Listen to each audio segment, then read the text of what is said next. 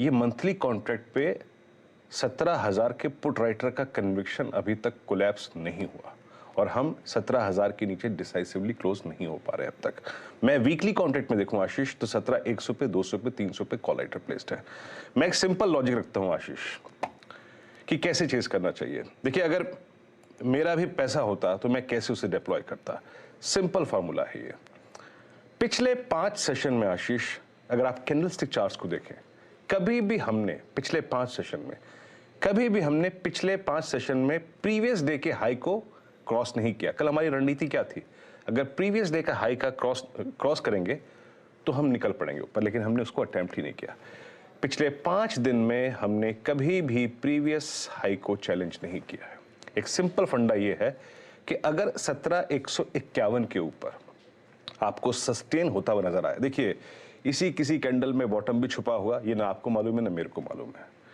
और जब भी बॉटम बनेगा उससे पहले कम से कम नहीं तो 5-7 शॉर्ट कवरिंग के इमेंस सेशन आएंगे।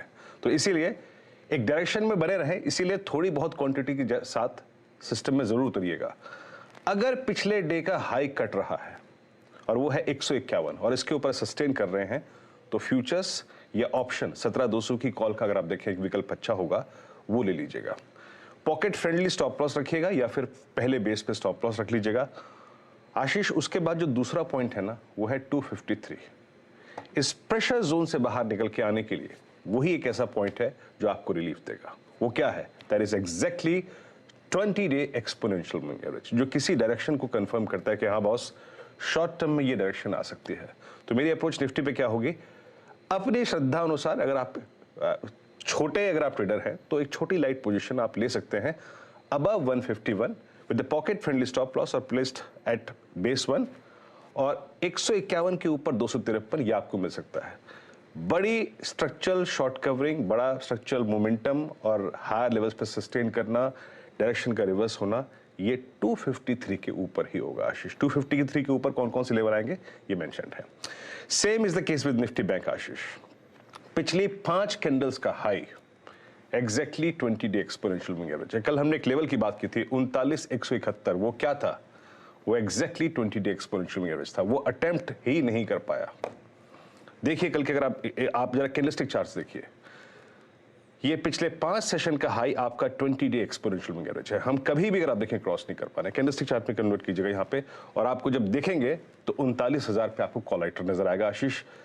करीब 13 लाख कॉल यहाँ पे खड़ी है। तो एक सिंपल फंडा ये है कि इस डायरेक्शन में हमें अगर पार्टिसिपेट करना है तो हमारा की फार्मूला क्या होगा?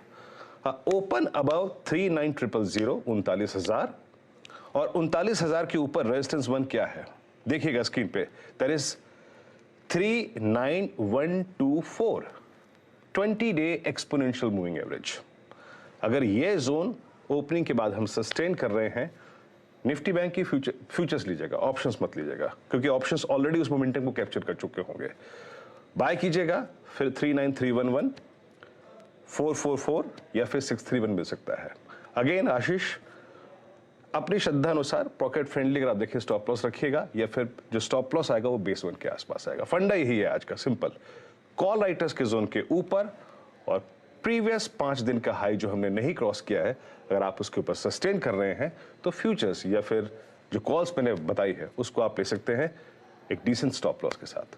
आशीष, ये है आज की बेहतरीन निफ्टी बैंक में स्ट्रैटेजी, कैसे अप्रोच करना है आज के इस बाजार को। आज के इंपॉर्टेंट स्टॉक्स